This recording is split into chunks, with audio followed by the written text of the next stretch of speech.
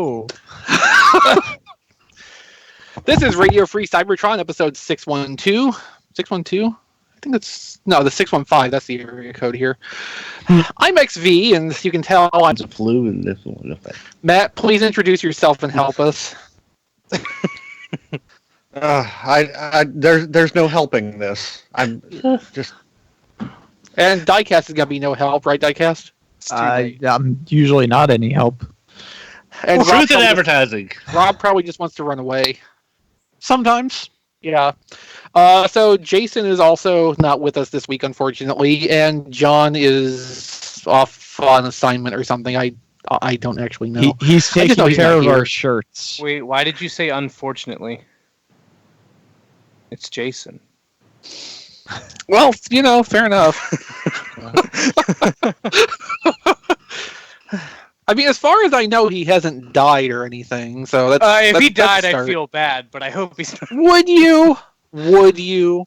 If he was dead, if he was near death, then that'd be even funny. No. Well, Eric, I have good news and bad news for you, and both are the same thing. You're well on your way to becoming me. Do I have to, though? Well played, sir. Well played. Okay, so let's do the usual. We can have Diecast host next week if we have to. We haven't actually done that in a while, and as long as somebody else runs the call to make sure that it gets recorded. Yeah. I don't think healing by threats is a time honored tradition by threatening. Oh, you'd be surprised. Yeah, I don't know. I think that actually has been a thing. You should also go to tfradio.net while you're checking out the RFC Daily, which we post every day when there's actually news to post about, so very far from every day lately. But while you're at tfradio.net for that, you should also check out the latest episode of Transform Squadron, episode 7, Herald of Unicron. That's Harold. No, isn't it a unicorn? I thought it was unicorn. It is. It is, isn't it? Herald of Unicorn, okay. It's Rob, that's why it's unicorn. Yeah. I thought it would be a Twilight Sparkle episode. Oh, okay. Transform Squadron is the official podcast of zonebase.org, and go check out zonebase.org, Rob's awesome blog while you're at it. There's all kinds of stuff there, most of which just goes right over my head, because who among us truly can understand the inner workings of Rob Springer's mind? Maybe I think even Rob Springer does. Yeah, maybe JD could have. JD was probably the only one that could have. I miss Rob. I've not seen him in a long time because we didn't see him last year because of RFCCon, and I won't see him this year just because I'm not going down there. Yeah, I mean, Toylanta kind of ended up being bad timing for a few of us in various ways. No, I agree. It's a shame. I would have liked to spend the weekend hung out with Rob for a little while, but... That's always fun. Oh, yeah. I mean... Regardless of the context, it's just a good time. Yeah. Maybe next year. Yeah. I would really like it if we could do another RFC group get together and Rob Springer could actually come up and join us for that. Oh, yeah. It'd be a lot more fun. I think it'd be more fun for him too in a lower pressure setting, because at Toylanta he's usually doing stuff to help the show run along, and so his time's really his time's under a lot of strain. It'd be a lot of fun to just have a weekend where we don't have anything pressing on us. Rob's the only one that I haven't ever met, and I really want to meet Rob. Yeah, I mean, you'd probably be able to look him, straight in the eye, too. You're both fairly tall. I think he's taller than me. He's taller than basically everybody. I mean, him and Rob Clay might have a little bit of a contest, but when I first met Rob Clay at Shardicon in 2013, I was actually a little bit stunned by how large of a man he was. Yeah. You probably get that a lot, though, don't you? Kind of. Yeah. Wow, that was 6 years ago, wasn't it? Yeah. I miss it so much. August, yeah. Shardicon has been my favorite convention experience, ever. It was a good time. Sure. And that was only the second convention I had ever gone to. That was but first. At the same time, Yeah, well, and you had a great time because you hung out with us all weekend.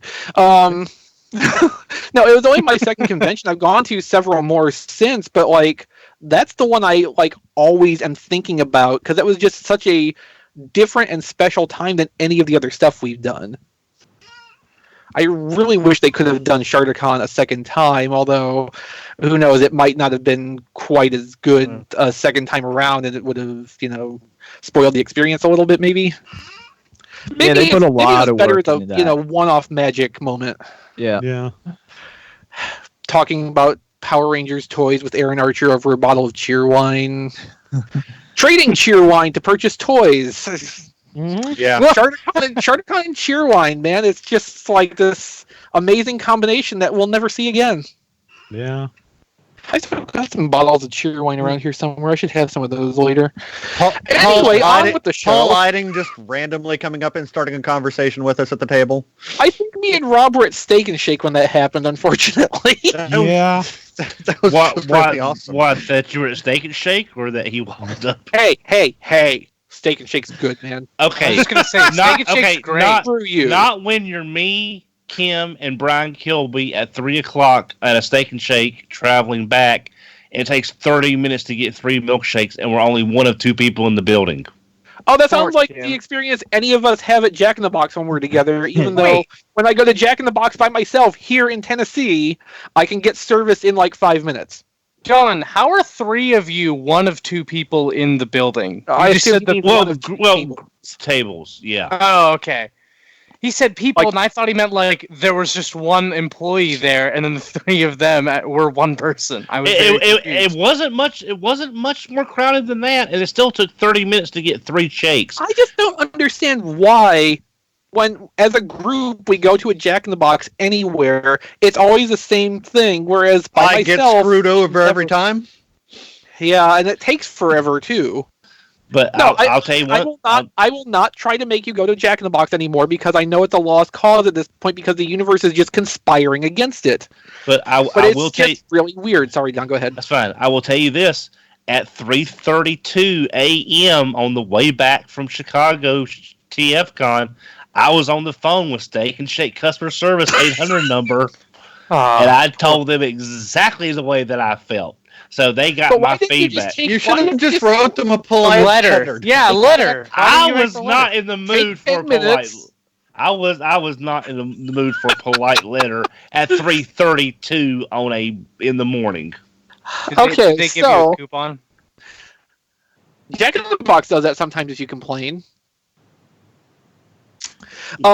So let's get on with the show finally. But that was some fun banter. So I think mostly people have off-topic stuff. Diecast, you had something cool that you wanted to talk about, which you had shared on Twitter yesterday. So why don't you go first with that?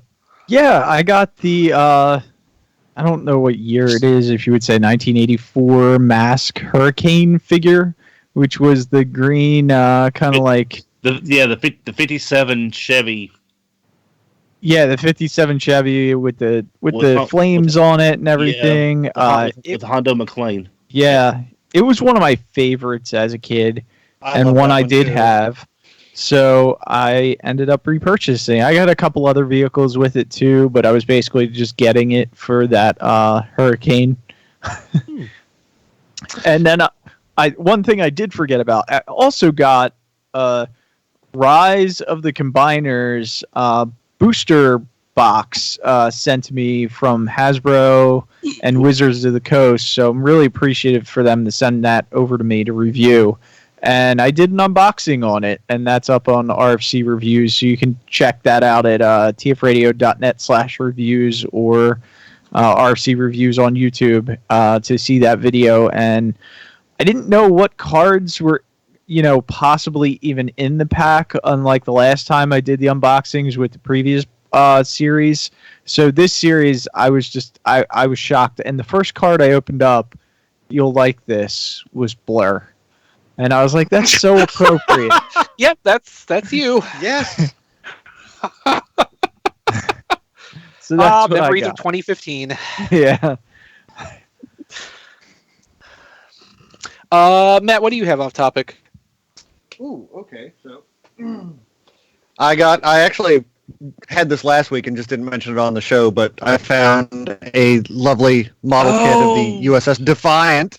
Oh, nice. I'm hoping when I go out of town tomorrow, there's some Walmarts that actually have that. Yeah. I went looking for some. Walgreens has been having some good sales on Transformers and Marvel Legends. Didn't find what I was looking for, but I did find a nice cheap Captain Britain.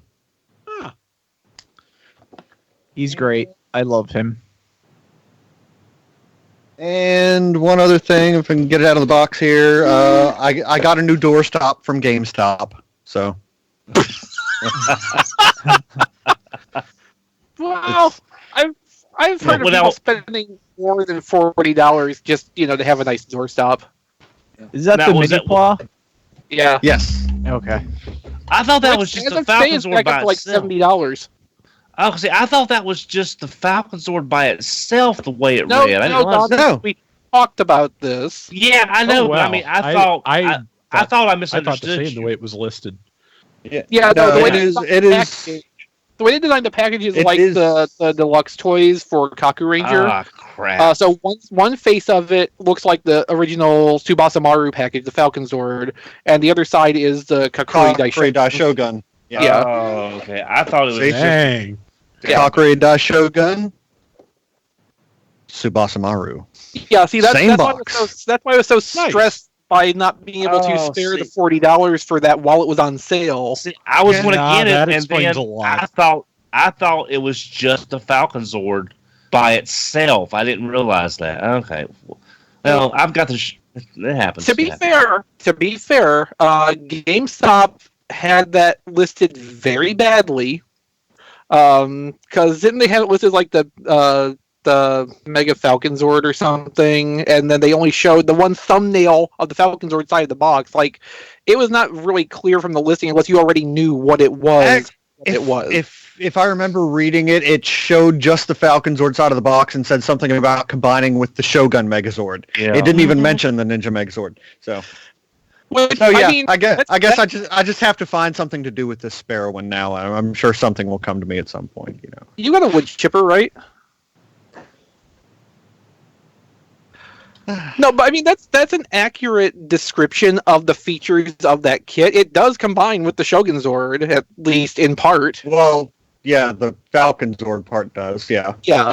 Yeah, I was just afraid if I ordered it, it would be just the Falcon Zord, and it's like I've got the Shogun Zord, but no, it's $40, Don. Go order it right now. It's not anymore. The sale. All their sales pretty much ended. It's $70 now, I think. But that's still cheaper. That's still about $30 cheaper than what it was online. Because I think domestically it was $100 to $109 domestically.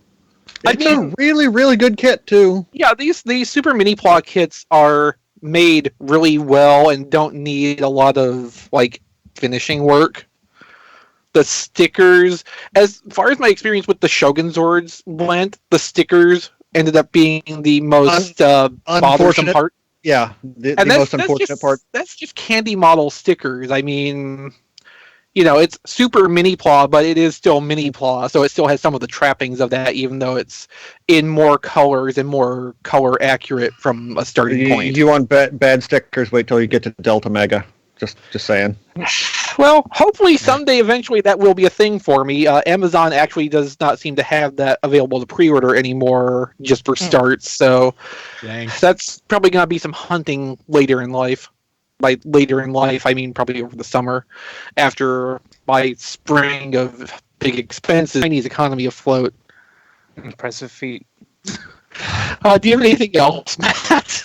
No, but I did strip battle damage off my Siege Ultra Magnus and like him a lot more now. Oh, it looks nice. Oh, wow. That looks very different. It's a very, very good toy. I mean, how long did that take you? Actually, I used a lot of magic eraser on this one, so not as long. The problem with Ultra Magnus, though, is all of the detailing. You get a lot of paint in recessed areas, and that is not easy to get out. So he's still got a little hint of paint here and there, but I can live with it. Yeah, I would almost say like some of the silver paint in the crevices would be a benefit to the look of it since it would set off some of that detail. But honestly, just getting the paint off the thighs of the core robot helped immensely. Like I was almost ready to call it there. Yeah, it looks so much better. And when you hold with the magic eraser, that came off the core robot in a matter of minutes. So. Oh, that's good. That's good to know. I might do the same. That comes right off. The battle damage paint on the armor doesn't really bug me that much anymore. I kind of gotten used to it, but yeah, that core robot would look a lot better without just the random splotched thighs. Well, it makes in my opinion, it makes the combined robot mode look better without the splotched thighs as well. So, Don, do you have anything? Yes, I do. I picked up two things this week. Well, one thing last week after the show, obviously. It's been, I guess you could say it was a very prime week because I picked up, it came in today, Magic Square Light of Freedom Optimus came in today. Ooh. And I picked up Bumblebee movie Optimus Prime.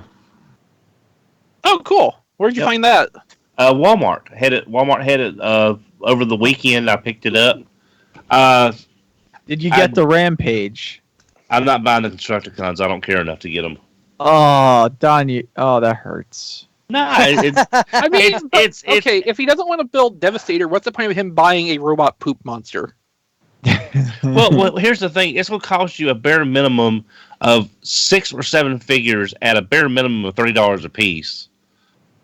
Give or take, and it's Isn't there 2 leaders, 4 Voyagers, and 2 Deluxes? There's 8 bots. Yeah, there's 8. Okay, I was thinking 7. I was thinking 7. Okay. So I'm definitely not getting it. So it'd be like 260, 270 to get the whole thing, I think. It's spread out through the lines, so it's not spread out over a course of like 12 to 16 months. Yeah, but also Paladin brought this back up a couple of weeks ago. Do you really want to do that? Yeah. Do you really want to chase down all these figures in the current distribution issues for that long of a period of time at those price points? You can order them from Hasbro Pulse. I was going to say Hasbro Pulse has them. But freeview.net/Amazon. Yeah, but see, the figures tried.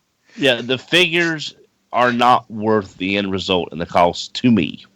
Well, Don, if you just don't get groceries one week, then they're free. That's how it works, right? That is Dononomics. That is okay. Wait. Hang on. Eric, how much money do you think Don spends on groceries in a week? Well, I didn't mean that would cover all of them at once. I imagine Don spending that much just in Velveeta and Miracle Whip alone. Velveeta is stupidly expensive. It really is. $8 for a 2-pound block. It costs more than real cheese. Yeah, it does. I've actually not bought any Velveeta in about 6 months. That's good, Don. You'll live longer. The Aldi equivalent, which is like 70% as good as the real thing, is half the price. Right. And by the laws of Dononomics, you're still having a net gain with that. Right. No, it's just I just honestly, that Devastator has never really impressed me. And it's like, as I mentioned in pre-show, I have the Phoenix reissue on pre-order. I have Perfect Effects Jet Power Optimus on pre-order, and I have who's your Jet Power Optimus going to fight? But that is true. I have. He's Jet Power Optimus fights the Fallen, doesn't he? Yeah, but we don't have a new Fallen toy, so Devastator will have to do for now. Yeah, that's what all the displays have had it as so far at the convention, at all the events we've had so far, because there's no Fallen toy yet, unless you get the Battle Damage Megatron when that comes out, because he just shoots his face off. He does that before he fights the Fallen. Priorities, Yeah. I mean, I'm not interested in assembling movie Devastator either. I want to get scrap metal because I think it's an interesting looking toy. It looks like a really good toy. That's about it, I think. Yeah, it's just the only Constructicon I'm getting. But what about Hightower? He's king of the dinosaurs. He looks like a T-Rex. That's with one a crane. That's one that I will get when Amazon sells it for $12. Hey, TFRadio.net/Amazon. Okay, Eric, if you think that is what a dinosaur is supposed to look like, it does college, look like a dinosaur. Don, I'm sorry, I wasn't around when they were, so I don't know what they look like. Don, you have to give him a break. Besides, he's at Chicken College, not Dinosaur College. Yeah, yes. the modern evolution of the T-Rex. Chickens are birds. They were dinosaurs once. He should at least get some of it right. Actually, now that you mention it, if you took all the feathers off of a chicken or a turkey, it would pretty much look like Hightower. Yeah. You have to put a little crane on its back, and then it looks like Hightower because he has a little crane above him. That's it. Okay, if you pull out all the feathers except for the tail, just pull the crane off. It's a lot easier. Yeah, actually, that probably would be easier than plucking a chicken, especially if the chicken's still alive at the time. They tend to not like that. Hey, Diecast. Yeah. Pluck you.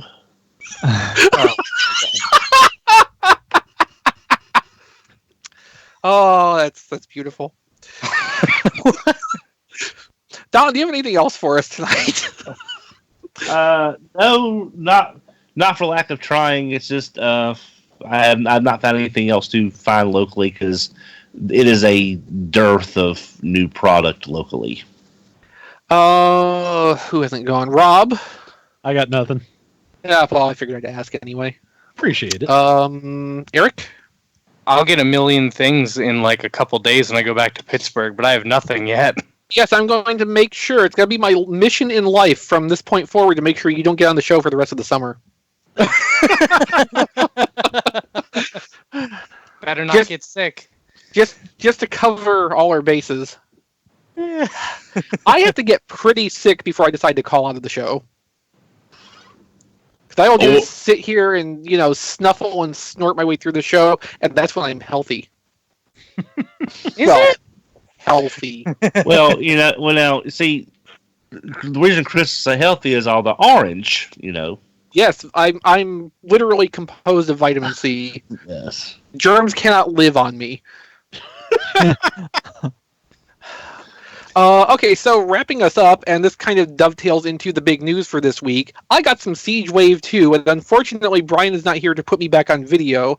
Eric joining late kind of screwed that up by pushing me off of the video block. So thanks, Eric. Anytime. Now you know why you're not coming back next week. But now you can play with photography, right? Did I say plug instead of plug? Yeah, you did say plug. That's when you plug a blog. That's how that works. Exactly. That's what I meant. That's totally what I meant. I don't think that's going to catch on, unfortunately. No. So I was able to go to my local Walmart and, surprisingly enough, find literally 4 cases of Siege Wave 2 Voyagers. 4? Holy. So, yeah, it was kind of amazing.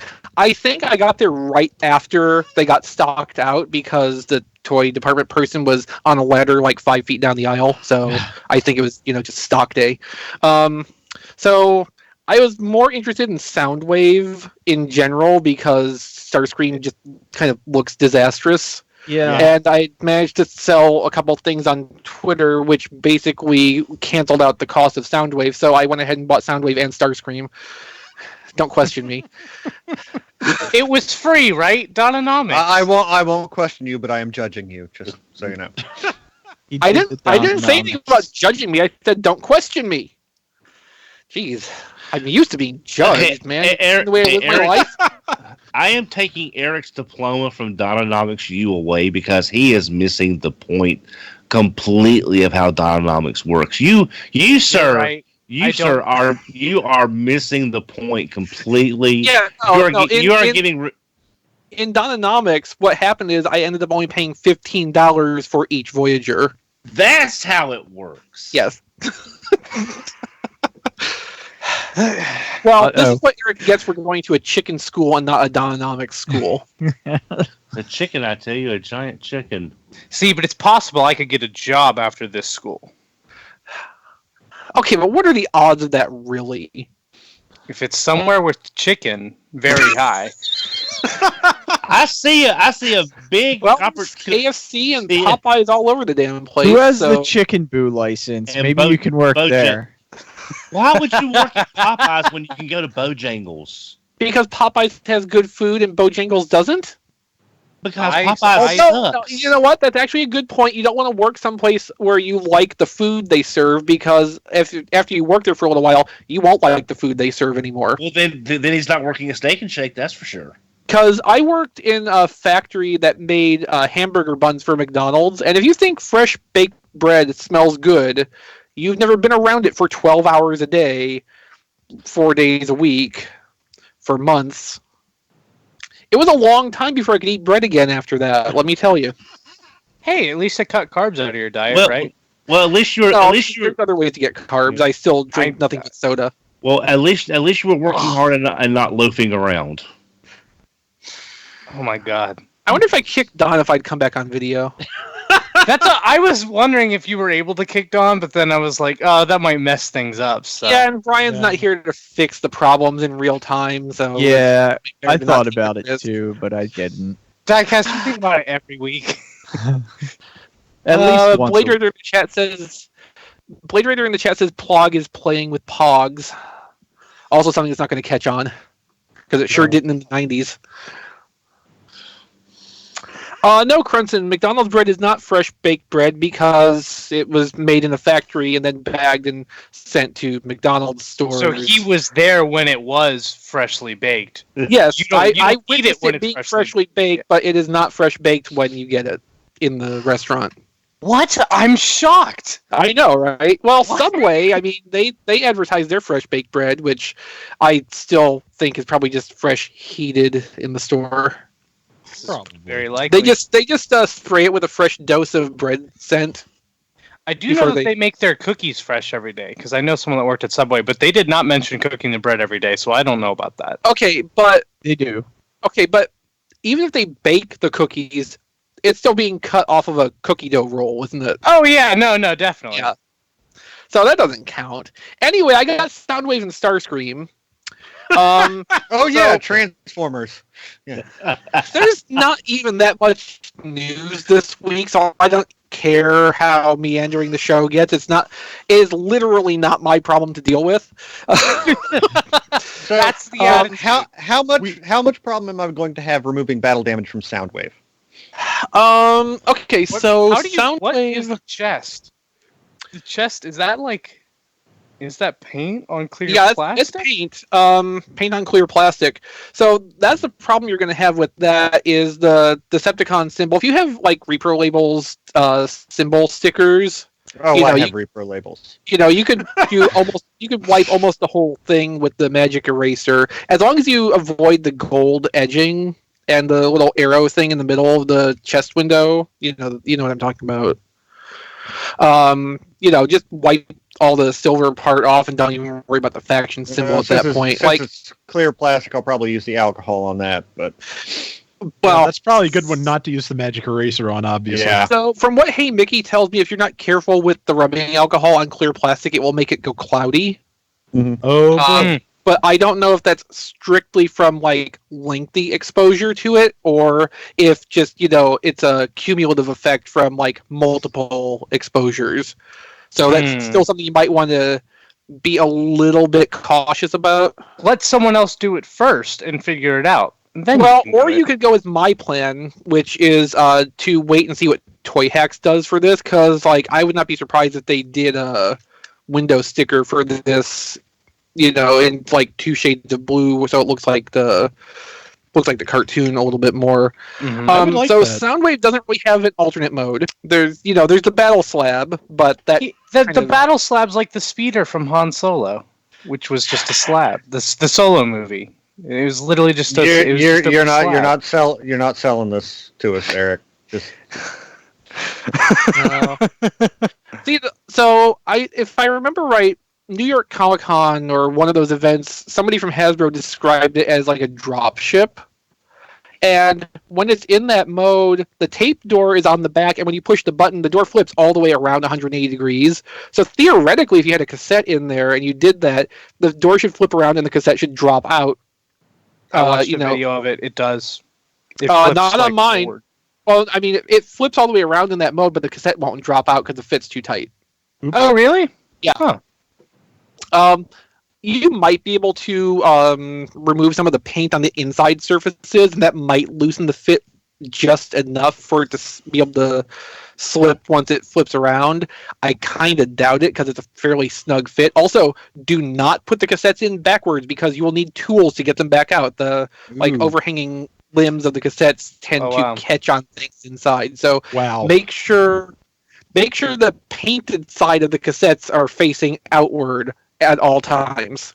He's learned this lesson, so we don't have to. Yeah. Yes. Fortunately, I have tools. I have tools that will not harm things when I pry them out.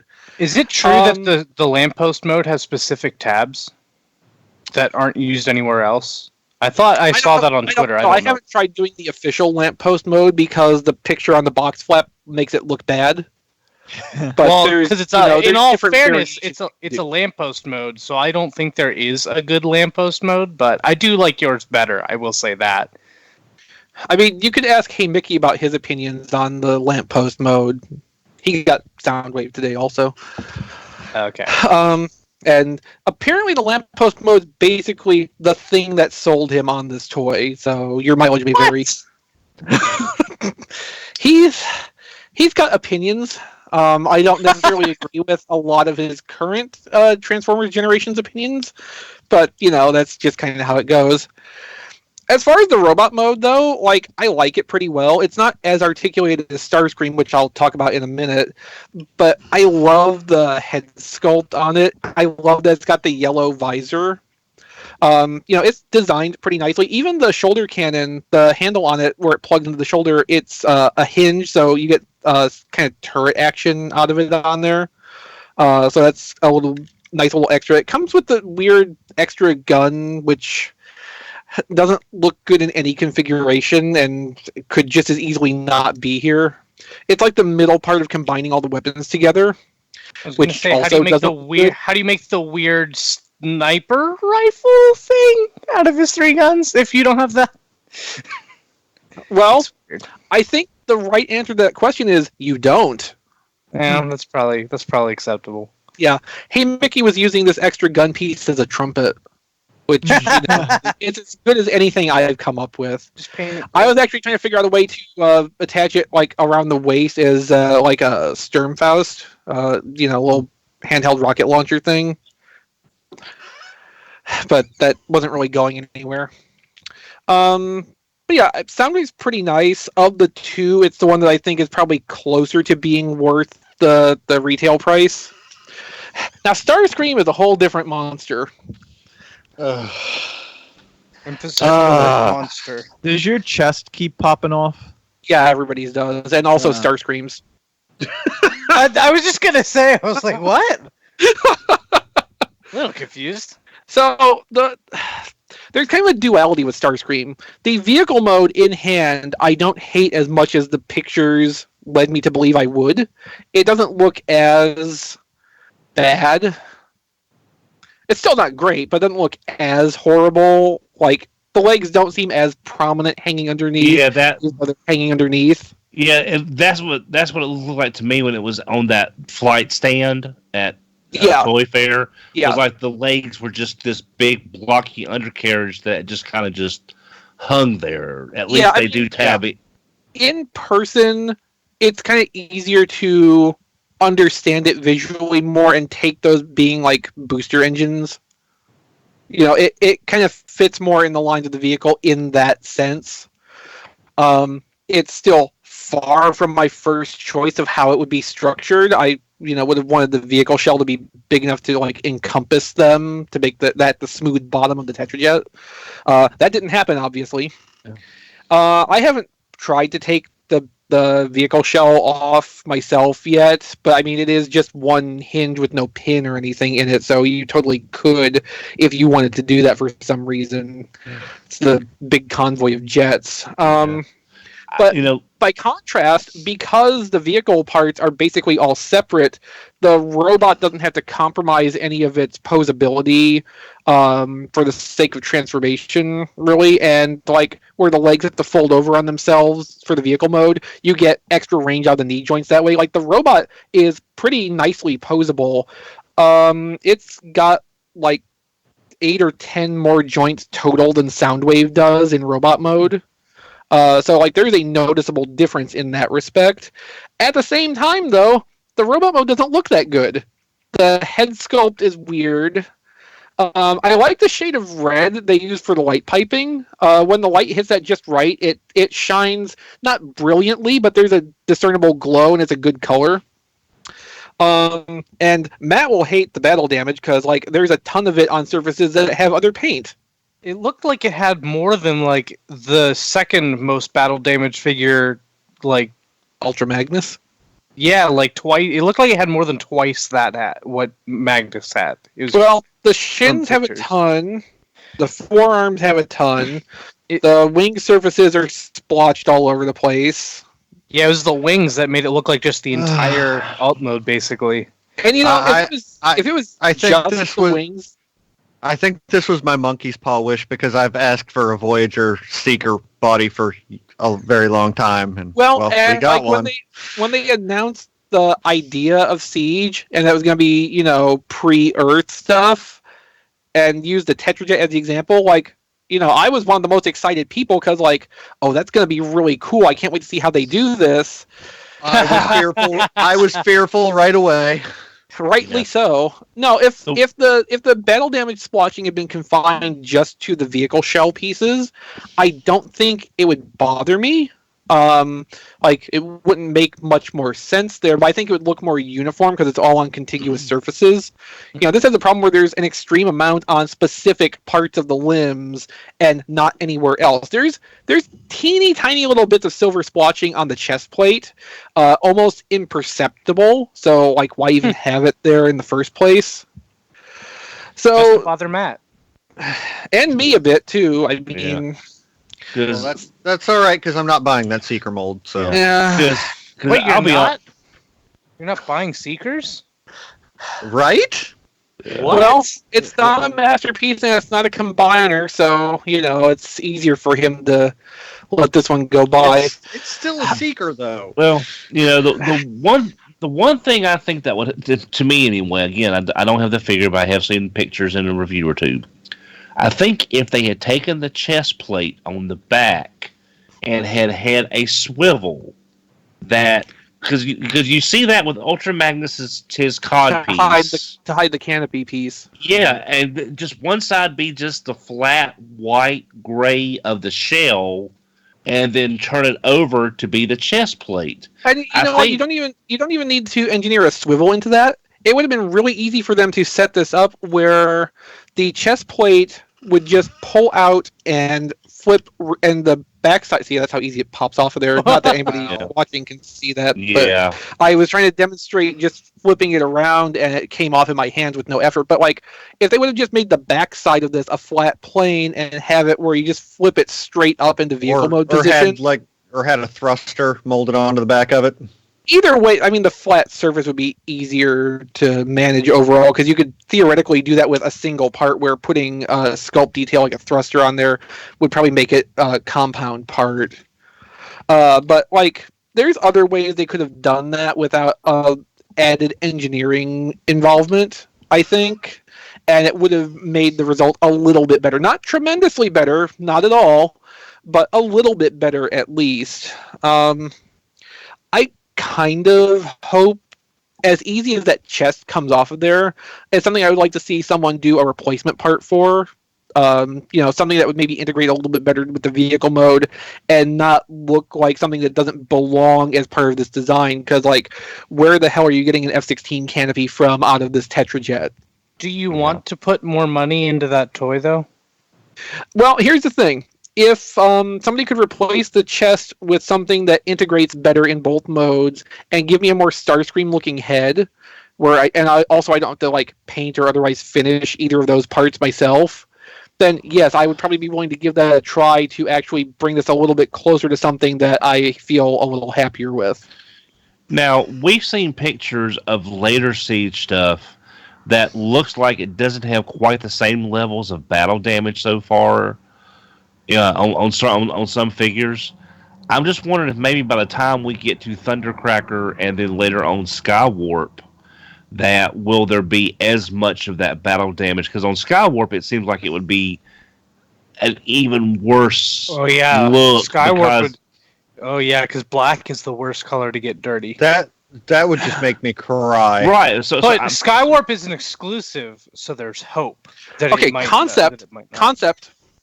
What if for Skywarp they take all of these parts that are Starscream's light gray and cast them in clear purple and paint over all of them and leave little splotches of no paint? So it looks like he's they're not always going to do that. It's always too good. They teleport. That's so cool. They won't do that though. So yeah, no, they won't do that. But that was. Let me ask you the Exvee. With as simple as the canopy appears to be, do you think a third party might do a replacement canopy? Well, that's what I'm talking about. Like replace that chest piece. No. I mean the actual. I'm sorry. I'm using the wrong terminology. Not the canopy. The jet shell itself. Oh, since the whole shell can come off on that hinge. I don't see why they couldn't, as long as they could get their production tolerances to where they could guarantee every one of them would grasp onto that hinge correctly. Right. Which is not impossible. Yeah, it just seems like they could. With the way the technology has advanced in the past 10 years in City Commander. But they would have to engineer a transformation. At that point, it's like, just make your own structure. They could duplicate what this is doing and just style it in a different way. Or at least make it a better look, a non-paint worn or a better colored jet fuselage or whatever you want to call it. Someone on Twitter, I think it might have been Valkysis, was speculating earlier today that because of the way this toy works, it would actually be theoretically possible that they could do different styled robot bodies to work with this vehicle shell. So you could get things like Slipstream out of the same basic engineering, but have it be visually distinctive from Starscream, Thundercracker, Skywarp. Like have the alt mode identical, but the robot mode not. That would be cool. Yeah, and I think that's exactly right. You could totally do that without changing the fundamentals of the engineering. And you could probably get some interesting results out of that if you wanted to put in that time and creative energy, which...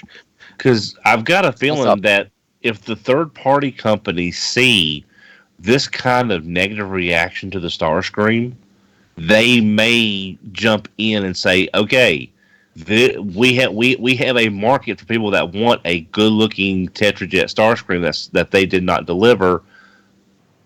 I wonder if they'll take advantage of this. I see that as a window. It's too expensive. Luckily, no third-party companies ever tried to make Tetrajet Seekers before. So, Impossible Toys did. Yes, thank you, Don. Yes, thank you. I know, but no, and I'm saying though, for all of the was that a joke? Yeah, but for all of those toys, for all of those toys' flaws, I think that came as close as we've ever gotten to more than meets the eye Tetrajets. I really think that should be proof that no one should continue to try to pursue that. I mean, like, thank you. The problem with those Impossible Toys ones was more to do with the production level that they had access to. You know, the engineering, I think, was probably on the right track with that. As with a lot of third-party stuff, it probably needed character design and mechanical design second pass to actually look like what it was going for. But in terms of engineering a transforming design that could be the Tetrajet and something that looks like a Seeker, you know, it made some strides as far as that goes. Now, that said, I would probably be a lot happier with this just if the face sculpt was better, more Starscreamy, especially like if you compare to Voyager Megatron and how absolutely Megatron that face sculpt was in a way we have not had in Classics since Classics started. If they had done the same for a Starscream face, I would probably feel a lot better about this, but it's really not there in this face sculpt. If you think the Megatron head is good, you need to see the G2 Megatron head in person. It's different in person versus photos. It's the best. Well, it would have to be because you can't even see the face in photos. I know. I was going to say, yeah, you can see the face in person. That's why it looks good. It's the best head sculpt of the line. Yeah, I'm hoping that head sculpt gets use again in something that I actually want to pay the $30 for. They could just do a minor Megatron, yeah.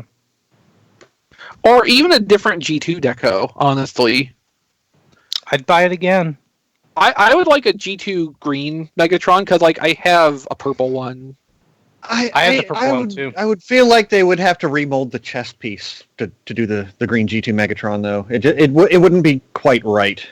Okay. As it is. I'm not gonna say no to that either. I'm not saying it has to be that exact mold in that exact state, but with the alternate head. Like I will take some secondary retooling to go along with it. But anyway, I said before about half an hour ago, this dovetails into the big news, which is that over the weekend, a bunch of new toys came out. So in various places around the country, Siege Wave 2 Voyagers and just today Deluxes have come out at Walmart's. Walmart's and Target's, I believe, have both seen Wave 6 of Studio Series in the Voyager and Deluxe price points. So if you're of the type still that enjoys going toy hunting and has access to a number of stores around to make that practical, this would be a good time to go and get out there and take a look for stuff, because you'll probably find some. Or just as I did, unexpectedly. From Hasbro Pulse. Yeah, well, I mean, we talked about this over email, Diecast. If you went into a Walmart and found those Deluxes, even though you have them on pre-order at Hasbro Pulse for half price, probably, you would still buy them on site. At least a 6-gun. Well, see, that's my theory. If I go to a Walmart, like the Walmart here didn't have any Siege Deluxes, but if I went to a Walmart and found Wave 2 Deluxes, yes, I would buy at least one 6-gun, just because I already plan to have multiple 6-guns. So exactly. I could satisfy my must-buy new toys drive and still not sabotaged by cheap pre-orders. But yeah, it kind of all hit at once, all these new toys coming into the retail space. A lot of the stuff had dates on the online retailers of April 1st, so it seems like some of this probably is pre-staging for that, but most stores don't really pay attention to, hey, don't stock this out until this point unless it's like a movie line launch or something, and even then they ignore it now. Nobody cares anymore. Yeah. But it's probably a good sign for those of us waiting on Hasbro Pulse pre-orders or Amazon pre-orders, because the stuff is in the U.S. distribution system now and will be going to fulfillment centers like those places have.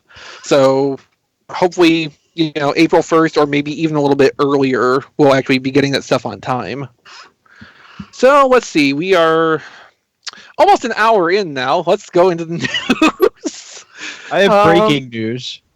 Before we so Australia's Toy Fair happened over the weekend, and we got a little bit of reveals. Actually, kind of less than I expected. It's been an odd time here for new stuff. Yeah. So I guess the bigger of the two things, in more ways than one, is that we got our first look at Siege Barricade. You mean Nemesis Smokescreen? Okay, sure. I like the way this deco, the deco maps to the toy, but like if I was going to buy one of this mold, it would be this one. I need a different head.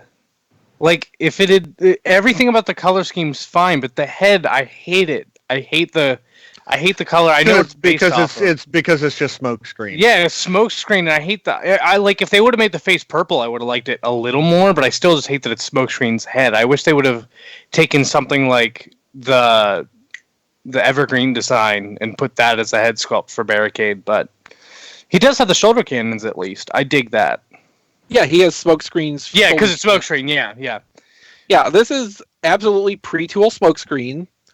Now, whether we get that in Siege as a special, the selects thing, or in the same format as like Greenlight, or if it's going to wait until War for Cybertron Part 2, who can say? Or it could be like Blue Streak and be in the 35th anniversary line that it looks like Blue Streak might be in. Or this will be another monkey's paw, and somehow they will screw up royally and they will sell Blue Streak, but it's actually smokescreen in Blue Streak's colors. Didn't we see? Oh, yeah. But the shoulder cannons were different on that art. It had the actual. It doesn't matter. Okay. Art does not make a toy. I mean, it does, but only in the very early stages. No, there's no art involved with toys, Eric. What are you talking about? So interesting thing about this barricade, the deco for it and using the smokescreen body as the base is actually directly inspired by fan art Guido Guidi did for this a few years ago now. Yeah, and Guido went on Twitter because people were talking about the possibility that Hasbro had possibly used his fan art without his involvement. And no, he was involved with the making of this toy. He also designed the alternate mode for the Prowl mold, apparently. Or had something to do with that. Yeah. I didn't think that was. I didn't think the statement on that was super clear from the tweet I saw. Yeah, you're right. I think he said he had some input on it in the early stages or something a little bit more vague like that. Maybe he just made the shoe pretty as Barricade versus just being a shoe. Well, yeah, that's more what I was thinking. Like, he had access to what the toy's alternate mode was going to look like at the time to map that out more. Because I don't think his original concept art or fan art had a vehicle mode included. Nope, just the robot mode. So they might have given him that so he could work out what that should look like in relation to the existing concept for the robot mode. But yeah, I mean, I don't exactly care about having a Generations Barricade, but I'll buy it on the basis of it's a toy of a Guido concept. Guido is one of my at this point many favorite fan artists turned pro Transformers artists, and it's frequently a thrill to get a toy that is directly based on something they worked on. See, it's funny that you put it that way, because I want it because of the fact that it's a Barricade in Generations, and I like that. I don't like what it's based off of. The head, mainly. I hate the color on the head. That's what throws it off for me. The rest of the body's gorgeous. The color layout, like, I love that. It's just the face that I hate that. I hate the smoke screen. I wish there was more gold on the robot mode. That'd make it incorporate better or something, because it looks so off to me that way. So this is based on Guido's second take on a G1 Barricade. His first version did have more gold on the limbs, and his second one switched that out for purples.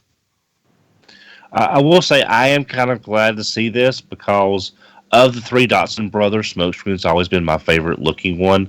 I mean, I like Prowl because it's a clean. Well, I don't like this Prowl, but in general, I like Prowl because it's a very clean, basic look.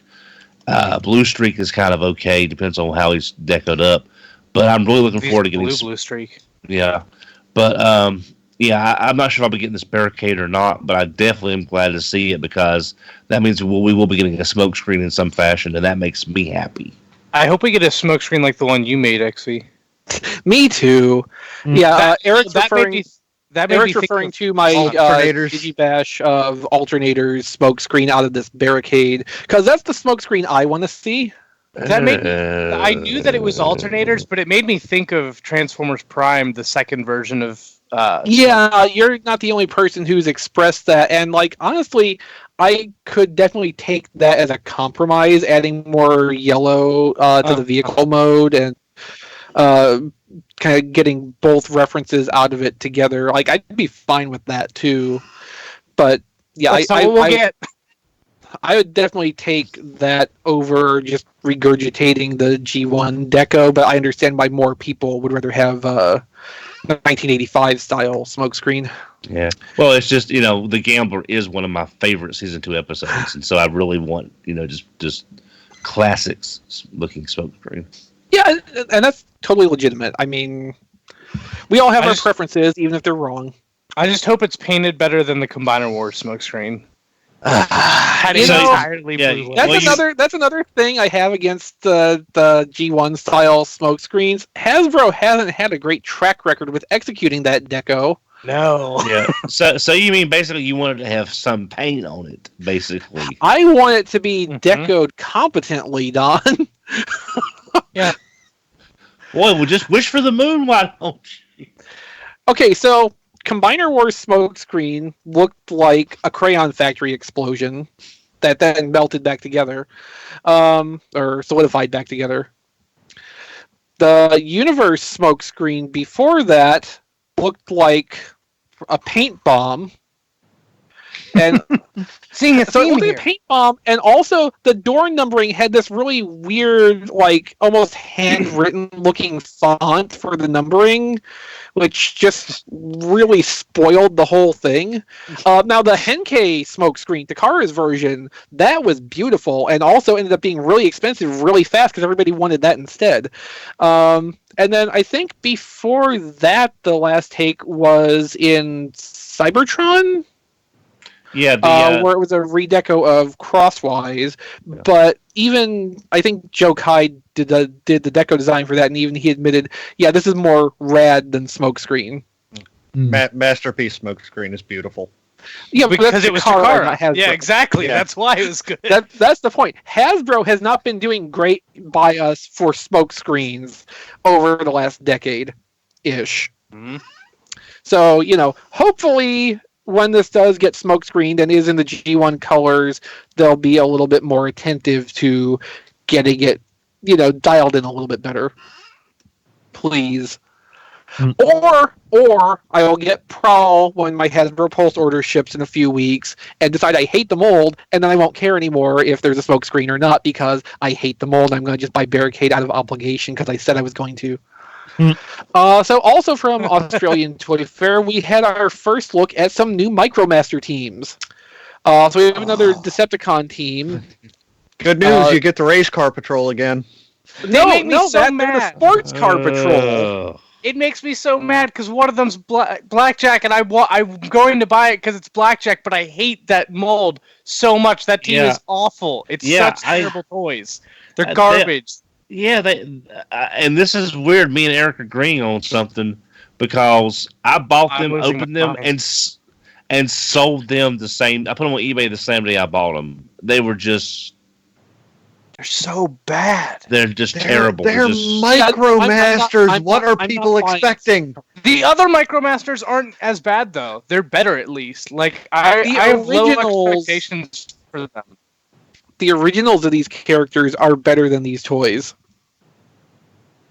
That's when you should just not make them. If that's you can't damning. Make them better than the original. Mm-hmm. Yeah, I have the original somewhere. But we also got another team revealed. The Off-Road Patrol, at least half of them. High Jump and Powertrain. Now is that? Yeah, that's High Jump. Tote was the red Ironhide looking van. Tote was the red van, yeah. Tote is the only Micromaster I own the G1 version of, and he's the only one that I wanted them to do, and they're not doing him. Well, yes, yes. Yeah, if they continue Micromasters next year, which they probably will. Please don't, though. I would imagine we might get the other halves of some of these teams. I don't think it's worth it. As much as I want a Tote, I would rather them do something else than get a Tote. Okay, to be honest, I kind of want that size class to persist just so maybe this time we get a full set of cassettes just once. Oh, no. You haven't handled these. You would not want Rumble and Frenzy to try to be done at this size. Okay, so we'll probably get them soon. You would not. Yeah. We probably will get them soon. Okay, so tangent here, Eric. You don't want more Micromasters, but on the assumption, which I think has merit to it, that they can't do Legends class figures like we had before, so like no more mini-bots. On the assumption that Micromasters are a thing because that's what budgets into this price point now, what would you have them do other than Micromasters next year? I don't care. I really don't care. That's not a helpful attitude, Eric. Give me different colored lionizers for all I care. Do 2 packs of rainbow lionizers, and I would be happier. I'm happy we're getting a Lionizer with just a little bit of a green paint app with the, is it green light or whatever? Yeah. Like, I love Lionizer. I love the animal. Like, the other Battle Masters, they're Target Masters, so, like, I'm going to get them, and I like them, but they're honestly pretty boring. They're less boring than the little Pretender shells, but they're still kind of boring. But, like, the animal ones, they're so cool. They're fun, and they're actually, like, interesting. And so, like, doing 2-packs of them with just crazy repaints, I would totally take that over 2 packs of terrible toys. A Tabby Lionizer, a Siamese Lionizer. Yes! An Argyle Lionizer. You know, I don't remember who it was. I'm not sure who suggested it, but they ought to take the Lionizer. Now, this was either on Twitter or maybe it was the Facebook chat. The chat last week. It doesn't matter, Don. Just continue. Yeah, but anyway, but someone said you'll be able to send Hasbro a picture of your cat, and they'll paint Lionizer That's awesome. as your cat. And that's like your special mail away thing that you can get for like $9.99. You know, whatever the case may be. They'll paint it as your cat. I know people who would go for that. Yeah. Oh yeah. I'd paint one as a Massey. Then every figure would have a Massey attack as a weapon. No, but you know what? That would make sense because if Massey had a sword for a tail, you would be stabbed every day. Yes. You know what I would rather have at that price point? What? Well, he's just Weapons packs. Yeah. Weapons packs or something like that. Yes, but that's not something they can sell as a Transformer. Is the problem? But like almost like Arms Micron, where like you have to like it could make some terrible robot mode. Because Arms Microns basically are Battle Masters. Yeah. That you have to put together yourself. But I'm thinking of like instead of they transform, it's all of them can assemble into a robot. Yes, but then you're not selling a Transformer anymore. It transforms like other Partsformers do, just more. There are reasons they don't sell weapons packs anymore. That just as much as that used to be a thing.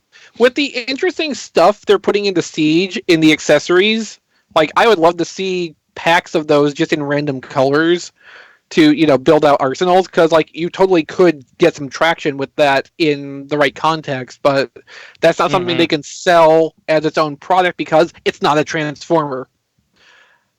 Like I'd honestly be okay with them just killing that price point.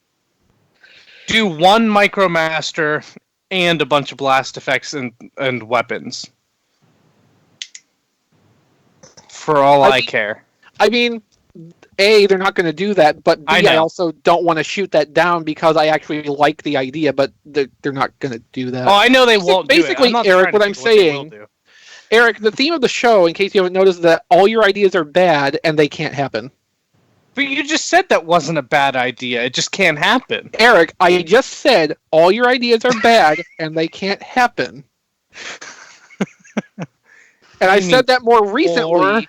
So anything prior that contradicts it is now not it's out of continuity. It's not canon anymore. Oh, dang it. Is that how Kelvin canon timeline? If you mess up canon, that doesn't just erase the mess up. Yes, it does.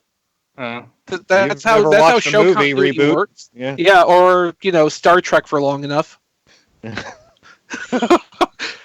Eric, don't you know that at least one time on Superhero Time, we as a group voted and decided that something JD said had not been said. We literally changed one time. At least one time. Like that was. We made a big point of it the first time. We probably did again afterward. But like, yes, we took a vote and decided that no, you didn't say that. Or we took a vote and yes, you did say this terrible thing that you never said. I'm not used to that because that's like a middle ground, and my experiences with canon are Transformers where there's none, or Star Wars where it's like all one select thing that completely works all the way through pretty much. So Star Wars are you watching? Yeah, the actual canon. Didn't Disney like set on fire 85 to 90% of previous Star Wars continuity when they took over the property? Yeah, they got rid of Legends and they have an actual canon, which is full of stuff now. It wasn't originally, now it is. I'm just talking the 9 movies that I've seen crap all over its own canon from place to place. What else do we have going on? Okay, Rob, you wrote about this. Maybe you can talk about this. Hero X to reissue classic Generations Deluxe reference book, an affordable 35th anniversary rebirth version. Yeah. So Generations Deluxe is basically one of the best G1 reference books there is. The deluxe version came out in 2004, and it was one of the first places where we got any kind of look at various G1 concept art and things, ideas that never got made into figures and things like that. So yeah, for the 35th anniversary, they are putting out a new edition. It is, well, actually it's a reprint is the best way to put that. It's identical to the 2004 version, and it's only going to run 2,500 yen, which I'm pretty sure is a good bit less than the last time it came out. So sadly, it does not look like there's going to be any new concept art added, but there's a lot more outlets for that now than there were in 2004, so that's not too bad. So now this, the Generations Deluxe reference book was basically the genesis of what we ended up getting as the Generations book as a yearly or bi-yearly thing, which occasionally came with mail-away certificates for exclusive toys, right? Pretty much, yeah. The Generations Deluxe is pretty much limited to just G1 and G2, and of course, the Generations annuals cover pretty much everything that's happened for the year. So yeah, this was where that format started. Well, all I'll say is that they can't use the name Rebirth in their title if it doesn't concern the Rebirth. Sure they can, Don. And this is a pretty good deal because just looking it up on eBay, the previous edition currently goes for about $170. So yeah. So 2,800 yen is a pretty good deal on this. When is this being published? Let me double check. I believe it is. Man, I forgot that part. Oh no! In the meantime, I would advise anybody who is interested in picking up a copy of this book to go to tfradio.net/Amazon, change your region to Japan, if I remember Kilby's instructions correctly, and then you can look this up on there and see about shipping availability to the US for this from Amazon Japan, and help the show out in the process. Because, I mean, if that's going for almost $200 in the original printing on eBay, or at least if people are asking almost $200 for the original printing on eBay, this seems like pretty damn good deal whenever it comes out. Yeah. I would assume sometime like over the summer, if they're announcing it now. Because, I mean, a book isn't a toy. It doesn't take that long to turn around from start to finish. Yeah, I'm trying to look up a release date, but that I'm not sure the release date has actually been announced yet. Which could mean it's not on Amazon Japan yet either. Actually. Oh, okay.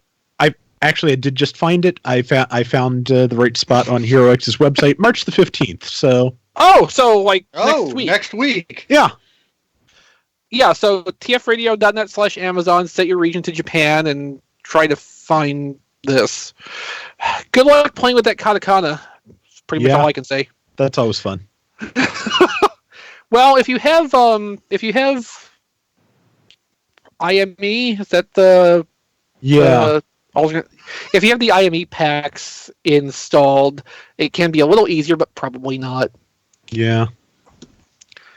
Yeah, no, I might actually order a copy of that myself. We'll tend to that after the show because I'm not Kilby. So let's see. We have more in-hand images of MP10 ASL, Safari LeBron James version masterpiece Convoy, or Rob. I think LeBron Boy. LeBron Boy. I like that. So since we don't have a producer here who can flip through the images on screen, you can head over to TFormers.com to find them in the article we're referring to.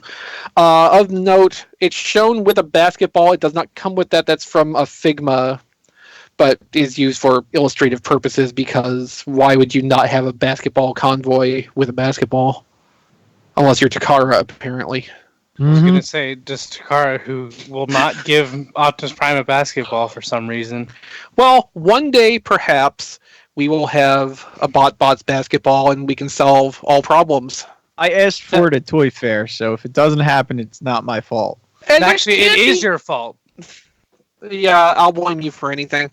But I mean, it's a bot, and they have ball bots. It can't be that hard to just make one be a basketball for like Series 3. There's a soccer ball coming out, so literally all you have to do is just repaint it.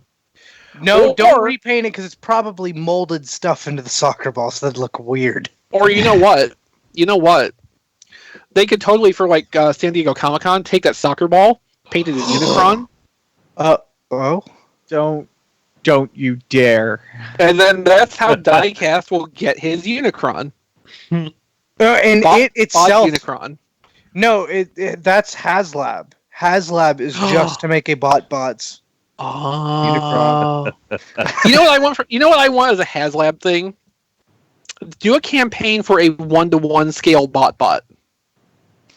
Just pick something. Like a donut. But that would be. They're all like so different Gold Cup sizes. or something. I'm like scared the next HasLab's gonna be just like an arc, and we're gonna be able to put our masterpiece figures in it. That'll be the next. It's an arc that's animated Omega Supreme. Yes, and we get 2 Omega Supremes in the same year announced. Okay, No, it'll be the arc animated Omega Supreme, but it will just be the arc. It won't transform into Omega Supreme. Omega Supreme. Just to troll all that to troll Paladin.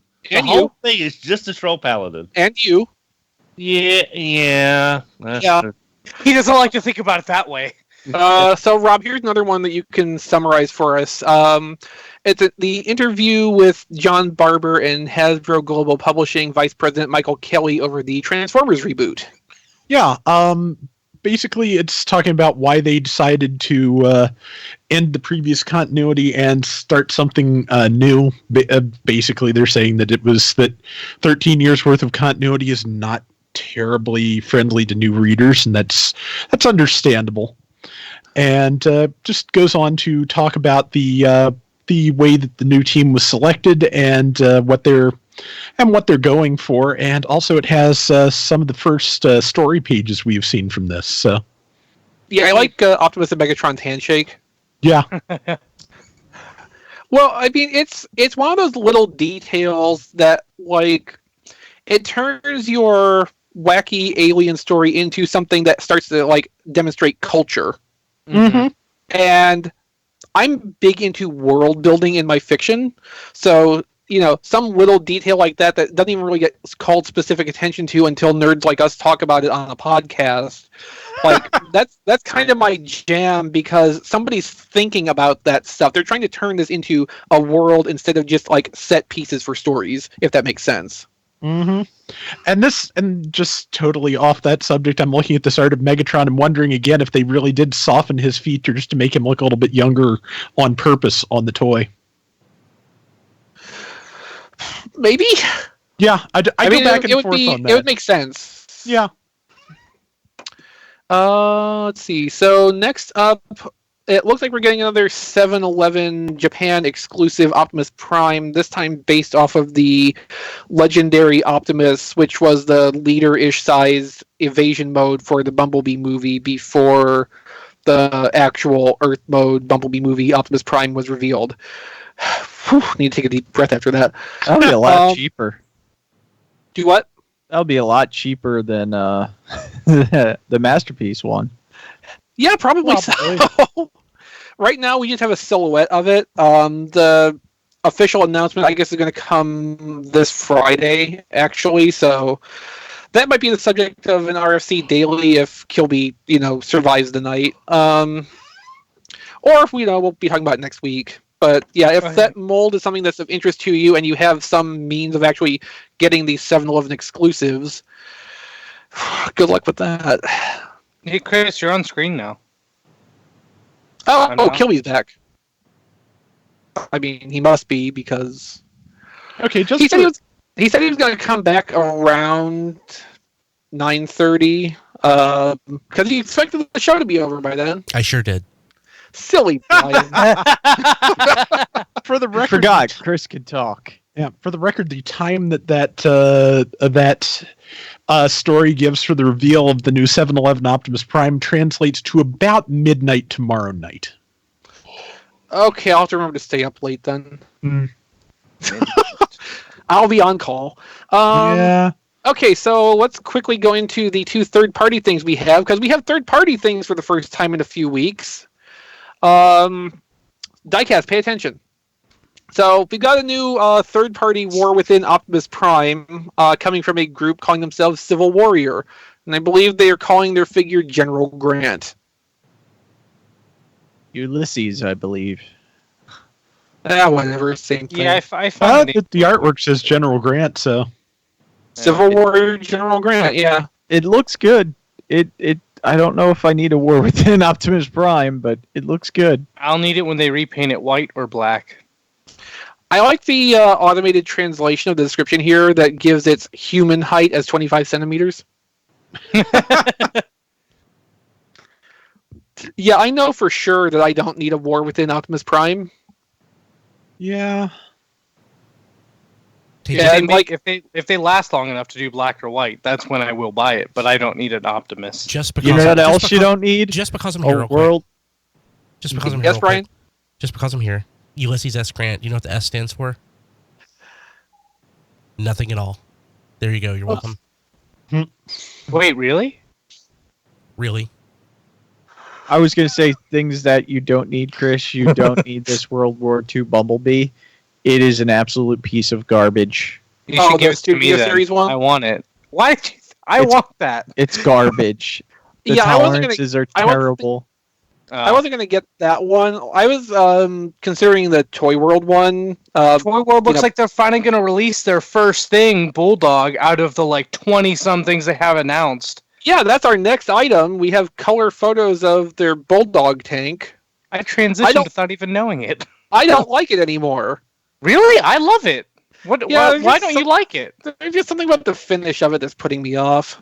It looks like every military model kit I've ever seen is what it looks like. It looked better as a prototype, honestly. Really? Well, that's Yeah. frequently true of the grayscale. I think that the finish makes it look better. I don't know. I mean, this works out fine for me because now I have no interest in ever considering buying it. But that's what you thought about Starscream. I just want the helmet to come off from the gas mask because, I mean, between just the helmet and the face, you've got TikTok from Return to Oz, so... Well, that's a fairly specific interest. Well, he has 3 different helmets. He has 3 different hats that he can put on, and 2 faces. No, 3 faces, I think. Or is it 2 hats and 3 faces? There might be 2 different gas masks, I think it was, in the older photos. There was a lot of different options you have for his head, basically. I'm saddened that face palm, my extended face palm, ended up being completely off screen. There's the helmet with the regular face. Yeah, this information says it's close enough. This information says it comes with 1 gas mask and 1 hat. Okay. So there were other I guess we photos lost a hat somewhere in the production budget. It happens, drive down the highway in a convertible. No. You're not careful. Or maybe that hat, I don't know. Maybe one's a cap and one's a hat. And one's a helmet and one's a cap. I mean, if you want to be really picky about it, there is the normal hat that it's wearing when it doesn't have the gas mask, and then the hat that's attached to the gas mask, the helmet hat. Yeah. Helmet hat. That's a technical term. Apparently, Bulldog is supposed to ship out this month sometime, according to this article. Which, I mean, if they're at this stage of, color production, that kind of makes sense. Which is really good news because they do have almost 20 things lined up so far. It's crazy how many things. Because everyone's like, "Oh man, this stuff looks so good. I hope it comes out," because they haven't released anything yet. So yeah. So it'll be this then. I think their Optimus will be next. Their Optimus and Nemesis, because that's the other thing that's in full color pictures right now. Yeah, I'm interested in seeing video coverage of their World War II Bumblebee because getting from the Mercedes to the armored car robot mode because the movie didn't know what the hell it was doing from 1 minute to the next. Wait, how did you get that again? You threw that behind you.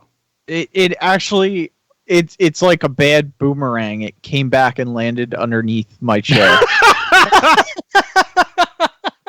Wait, that would be a good boomerang though, because it came back. It's not a bad. It's such a terrible toy. It can't even stand on its own. It just does. It just goes into a split, and then the tolerances are to him. The tolerances are so tight. I can't even get this top piece closed. It's just it's so bad. It is one of the worst deluxe figures. You could have just gotten a bad one, because I haven't heard anyone complain about the QC that much. Man, it's one of the worst deluxe figures I've gotten in years. And you can buy one right now on Amazon at tfradio.net/Amazon. Or if you want to buy a good toy, you can pre-order some Transformers Siege toys like Omega Supreme at tfradio.net/Siege Omega. Siege Jetfire, the first Commander class figure at tfradio.net/Siege Jetfire. Or several of the Constructicons, if you want that Devastator that Dawn doesn't. There's like, is it 3 of them that are up for pre-order? Or is it 4? I don't know. The 2 deluxes definitely are. Well, Hightower is up for pre-order. I haven't seen a listing for Scrap Metal. Oh, huh. I just assumed he was. Well, that's the thing. The Wave 6 ones don't seem to have active listings on Amazon right now. Or on Pulse. But you can get the Wave 6 Voyager, which is the Bumblebee movie Optimus Prime, at tfradio.net/SS38. And that's a great toy. You should definitely get that. And Don needs to hurry up and open his so he can enjoy it too. Don doesn't know how to open toys. He puts them in a pile. I mean, up to a point, so do I. That's so sad, though. So I just recently finally got around to opening up Takaratomi Legends Slugslinger, which I've had since December of 2017, I think. Jeez. Oh, well. Give or take. Octane is in the pile right below that, so that's probably going to be the next one up. What's Octane's Titan Master? Wasn't that a funny one? Or am I just imagining Well, it came with a Ghost Starscream. Oh, okay, yeah. That's what it was. Yeah. Yeah. And also has no stickers, so even without the Ghost Starscream, it was still, worth getting. There was still merit to it even without the Starscream parts.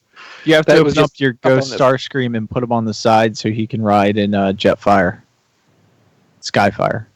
Oh yeah, because Skyfire. Yeah, I hate that they call it Jetfire because it's just a Skyfire toy. It's not a Jetfire toy, but it can. Hold the Titan Master. The problem is they don't have the Skyfire trademark. I know why they aren't. And since it says Jetfire on the box, it is a Jetfire toy, not a Skyfire. It's not. Didn't they have done Autobot Skyfire? No, it doesn't work like that. So, okay. That's a good point to bring up, and we'll talk about this briefly for anybody in the audience who hasn't, gone through this discussion before, because it's always somebody's first show. Adding a prefix like Autobot to a name doesn't get around someone else owning a trademark. What it does is, if a word is too generic to be easily legally defensible on its own, like Hook. Yeah, adding a prefix like Autobot to it and then trying to trademark the compound word makes a much stronger situation for defending it legally so nobody else can come along and do the same thing again. Especially since they have the trademark register for the word Autobot, for instance. Did they do it's the same way we got things. No, I think they just did Outback. How did they get that? Well, that confuses me. Probably because there's no brand confusion between a small toy and a steakhouse. I don't know. I got pretty confused when I went to buy mine. Well, yeah, that's your problem, though. Outback Steakhouse, as far as I know, also does not sell any toys. So even if they tried to claim their brand name in the toy space, if they haven't done anything with that in X amount of time, then basically maybe not up for grabs as such, but if the case went to court, Hasbro would have a stronger foundation to make their claim on because they're actually doing something with it, whereas the Steakhouse has held this and not done a thing with it. Like, trademarks require an amount of use as well as requiring, aggressive defense of the use. If you see someone else using something that threatens your trademark, you're kind of obligated to go and defend it legally. A year or two ago, there was the Bumblebee issue between Transformers and Hasbro. Comics. Yeah, Mattel. And that was an example of one of those cases coming up. So we've seen too that the Transformers team has made efforts to get back a lot of classic character names wherever they can. So, they're being a little bit more aggressive about what they can take on, where the previous teams may have been acting a little more conservatively toward what names they chose to avoid potential conflicts, where it might be seen, they might be taking it more as it's worth the strengthening to the brand to take on possible action from someone who thinks, no, this should be our name instead. Something like that. I'm oversimplifying this horribly, but that's basically the gist of it. But as far as we know, Mattel has the trademark for Skyfire and has since about 2001. For what? They should rename him Skyfire. So at the time, that was when Robots in Disguise was in stores, and in Robots in Disguise, Hasbro released a Transformer named Skyfire. It was one of the Decepticon flip changer jets. Around the same time, Mattel went to market with, I think, a Max Steel toy, which was the Skyfire something or other. And apparently, as it happened, Mattel got there first, so they got priority with the name, and they ended up being able to get the trademark. Yeah, but by 2001, they probably haven't used anything since then. It's been 18 years. They're probably keeping it so Hasbro can't get it. Yeah, I mean, all they really have to do is throw that on something somewhere, where if it goes to a court case, they can point to that and say, yeah, we're still using this. Hasbro tried to do something similar in the Universe line a couple years later by labeling a couple of those Robots in Disguise deluxe car recolors as Machine Robot Rescue. They basically turned that into a subgroup name, and that was to block Bandai from importing the then current Machine Robo line that they were running in Japan, because they went to market first with something under that name, and since that was not claimed in the US, they ended up with priority on that. So if Bandai tried to bring their Machine Robo over, Hasbro would have a means to try to stop that from coming to market. Yeah, that's got to be my next question for Hasbro, is why didn't they name that Skyfire and just... Yeah, I mean, you know what? At this point, it actually is a fair question to ask why they chose to go with the Jetfire name over Skyfire when it's so clearly meant to evoke cartoon character Skyfire. But I mean, they may not go into as much detail as far as the trademark thing for that, but it'd be interesting to hear what they do end up providing for an answer. In terms of the trademark stuff, there's, I think, 2 minicast episodes, which you can find on tfradio.net, that go into a lot more detail about this. And I would highly recommend going and listening to those, because there's like an actual professional involved who knows what the hell he's talking about, instead of some jerk on the internet who's just osmosed things over the years of, sitting on the internet reading. So, that's definitely worth checking out if this is a topic of interest to you. So let's see. Rob, I'm going to throw what's on TFormers this week to you in just a second, but I'm going to go ahead and make reference to the article about the Transformers Siege Deluxe and Voyager Wave 3 case assortment updates, because I wrote that, so I'll just summarize that real quick. Oh, thank you. The week before, I think, I had wrote, based on some Robot Kingdom listings that had come up, what it looked like the assortments were going to be for the next couple waves of Transformers Siege. Entertainment Earth subsequently posted listings that had different case assortments. So we've got the information collected for that, and then I posit a theory that the discrepancy between those, because they're saying some kind of different things between them on like all price points, we may be looking at revision cases coming in over the summer, because while Wave 3 is supposed to hit early-ish summer, like hit July or thereabout, the next wave, Wave 4, is not scheduled until October. So I'm speculating in that article that Hasbro is purposely trying to space the waves out so we don't get a situation like with Power of the Primes last year where we're out of new toys to go to market as of like August, and the stores are just sitting on back stock or nothing at all until the next line starts up. So you can go and check out that article for full details on what we know and what I'm suspecting is probably going on, and how we will probably have a lot of Wave 3 to look forward to in our future until the fall hits. Rob, do you want to take it? Sure. We've got a couple other things on TFormers.com this week. We've got the latest cover for Mazinger Z versus Transformers. This one is by Tsuyoshi Nonaka, who was originally part of Studio Ox. He has since gone on to do a lot of work with both Transformers and a bunch of other things. He worked on 2 different Mazinger anime. He also was a toy designer on Zyuranger, which I did not know, which for people who do not know is the source of the footage that became Mighty Morphin Power Rangers. So yeah, he's been around, and it's a pretty nice cover. Still a couple of covers to go for this. The one I really want to see is the one by Go Nagai, who is the creator of Mazinger Z. That should be interesting. Yeah, his take on Transformers is probably going to be a little trippy. Yeah, I really think so. I think it's going to be great. Other than that, eHobby put up some test shot images of Siege Deluxe Refraktor, which I think is it the first time we've seen an actual like physical copy of the toy? It's not. They had hand-painted ones at New York Comic-Con. Gotcha. I can never remember, but this is definitely a better look at the physical model. Yeah, it really is. It's got a good look at all the details and the alternate mode, such as it is for a single one of these. You know, they really are taking advantage of the Cybertron setting to give us an amazing array of flying rectangles. But it almost makes you think that's why they chose that setting, just because, like, okay, what do we turn Soundwave into that's not just a box?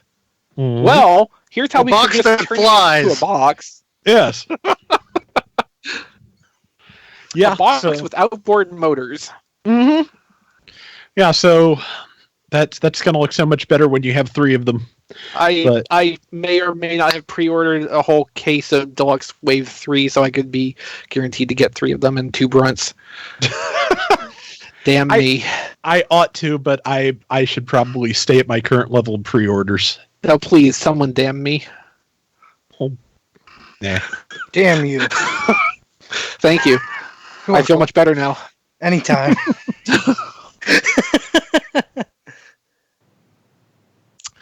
Anything else? No, that's it. All right. So you can find the show notes for this episode at tfradio.net/612. That will include links to all the articles we talked about with all their pictures, which, because of production issues this week and sicknesses and all that fun stuff, and probably Diecast's fault at some level, I'm just going to go out and throw that out there.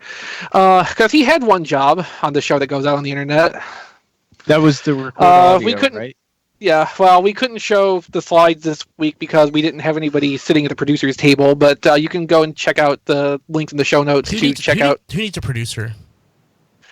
I mean, Superhero Time never did. Yeah. Of course, we weren't video. Except for like once. 2 times that we were. Oh, twice? I think we might have done it twice, but when we did, JD was the producer. Oh, well, yeah. That might have been JD's first appearance on the show, episode 100 when we did Shin Kamen Rider and some other stuff, and we did it in a live video presentation because 100th episode, and it was not nearly the disaster that I expected it to be. So Brian, do you have any happy dailies up recently on BrianKilby.com? Yeah, I have one from earlier this week, BrianKilby.com. You can also just go to Facebook, is where I post all my updates for that. I should do Twitter, but I don't want to mix my messages there. So it's at facebook.com/happydayandwilkes. I don't know if you mentioned it, but the new episode of Transform Squadron, the official podcast, is Zone Base. Yeah. Okay, well, that was posted. But you can mention it again, that's fine. Yeah, so episode 7, I just love the title, The Herald. Of Unicorns. Yeah, I love it. So Yeah, I mentioned that at the start of the show, and then we talked for like 5 minutes about how we miss Rob Springer. Yeah, so that was a lot of fun. Rob can also be found on Twitter at RoboRobSpringer and at zonebase.org. And hey, I'm at bkilby on Twitter and on Instagram at Brian Kilby. That's really the only place you need to find me besides my website. And find me at the pharmacy. Yes, well, that'd be helpful. Or He's find there you a lot. I am, yeah. Yeah. So you can follow my work at Play With Photos on Twitter for random toy photography fun. Also, I'm on Instagram if that's more your speed in terms of social platforms. You can find my toy photos there at instagram.com/playwithphotography. Meanwhile, for articles, full-size galleries, and that kind of fun stuff, please visit playwithphotography.com. I would really appreciate it if you looked at the actual work I'm doing and not just the random crap I'm posting on social media. Although that's fun too, because that's a lot lower investment of time. But if you do like the work I'm doing and want to show your support, you can go to patreon.com/playwithphotos and contribute for as little as $2 per month. Oh, and if you want to follow me personally, I'm on Twitter at ChrisRTXV. Currently, I am tweeting about Gundam Wing and Star Trek Deep Space Nine, and typically not sleeping, which is how I can tweet so much about Gundam Wing and Star Trek Deep Space Nine. So the 1990s. Also, I've done some toy photoshops in the last few days of that barricade render in various formats. So you might scroll back through that. The one I did is Alternator's Smokescreen, which we alluded to earlier, actually ended up being pretty popular. I'm kind of happy about that, especially since I mostly just did that to troll Hey Mickey. Matt, would you like to not tell us how to find you on social media? Actually, yes, I will not give out my Twitter. But I will say that since Brian really wasn't here for most of the show, I took it upon myself to order something during recording, and good job. I totally got that. I totally got that Hero X Generations book. Yay! Way to kill me. I'll do that now. By the way. Don, how do people find you? I can be reached on Twitter at HMRC, the number 4, EVR. Rob. I'm on Twitter at Figure Reviewers and Flailthroughs. Flailthroughs is also the name of my YouTube channel, where we're covering Gundam Battle Operation 2, the currently Japanese exclusive free-to-play Gundam shooter. Every Thursday is the weekly update when new mobile suits are typically added to the game and other changes are made. So look for a video on that on every Thursday. And of course, if you want to support what I do there and or request specific mobile suits and or color schemes, patreon.com/flailthroughs has some tiers for that. Diecast, where will people find your latest reviews and such? You can find my latest review or unboxing of the Rise of Combiners pack box on tfradio.net/reviews or on YouTube at RFC Reviews. You can like me on Facebook or follow me on Facebook at Reviews by Diecast, and you can follow me on Twitter at Diecast2. And you can also find me browsing Taobao. Typically, yes. Yes. And Eric, what are you up to? You can follow me at Eric. No, just what are you doing right now? I don't want anybody to find you on social media. Oh, okay. I'm just messing around with my G2 Zebra Megatron. I love Zebratron. Okay, where do people find you on the internet? You can find me at Eric Crowbar on Twitter, or my Steel City Bots is the main Transformers show, but other podcasts as well on the Nerdy Geek Talk Network, which you can find on Apple Podcasts, iTunes, Google Play, Stitcher, Podbean, Podcast Addict, all that good stuff. You just search Nerdy Geek Talk, and you'll probably find it wherever you listen to podcasts. So, but not tfradio.net. Correct. You will not find it on tfradio.net. That is very true. Oh, see, John DeLuna is that John D everywhere but LinkedIn. And as for Jason Kirk, you can find links to what he's doing and where he is at jasonsKirk.com, I think. That sounds right. Yeah, that sounds right. I mean, it's no skin off my nose either way if somebody does or doesn't, but I'd hope so. So skin nose. I've never even gone to jasonsKirk.com. Me neither. I assume it's nice. It probably If has you like can fresh leave- wallpaper. Do you think you can leave feedback? Maybe it's the guest book. A nice counter at the bottom of the page and the guest book link underneath it. That's so His plain. GeoCities. What's Mastodon? Oh, that's a Twitter alternative, and I use the word alternative loosely because nobody uses it. Yeah, third party Twitter. Yeah. Oh, but people buy third party. Yeah, that's true. Yeah. I mean, you make a point there. Okay, well, I think that's going to do it for us this week, and it's running a little bit late because I hosted. Usual. But Yes. a good time was had by all except for maybe Diecast, and that's Yes. just fine. See you next Yes, week. It was chaos. It sounded fine when I heard. I liked it. Thank you. Look, Eric. So live I'm stream, gonna I have that in a think we are few going days. I'm to- so excited. Live stream, I think we're going to cut off early because Kilby needs to turn it off, and he's sick and doesn't want to sit around. So post show is kind of mixed into the regular show this week. That's why we're so late. So thanks for being here. Hope you enjoyed, and we'll see you next time for hopefully a more normal show. He's a smart man. Thank you.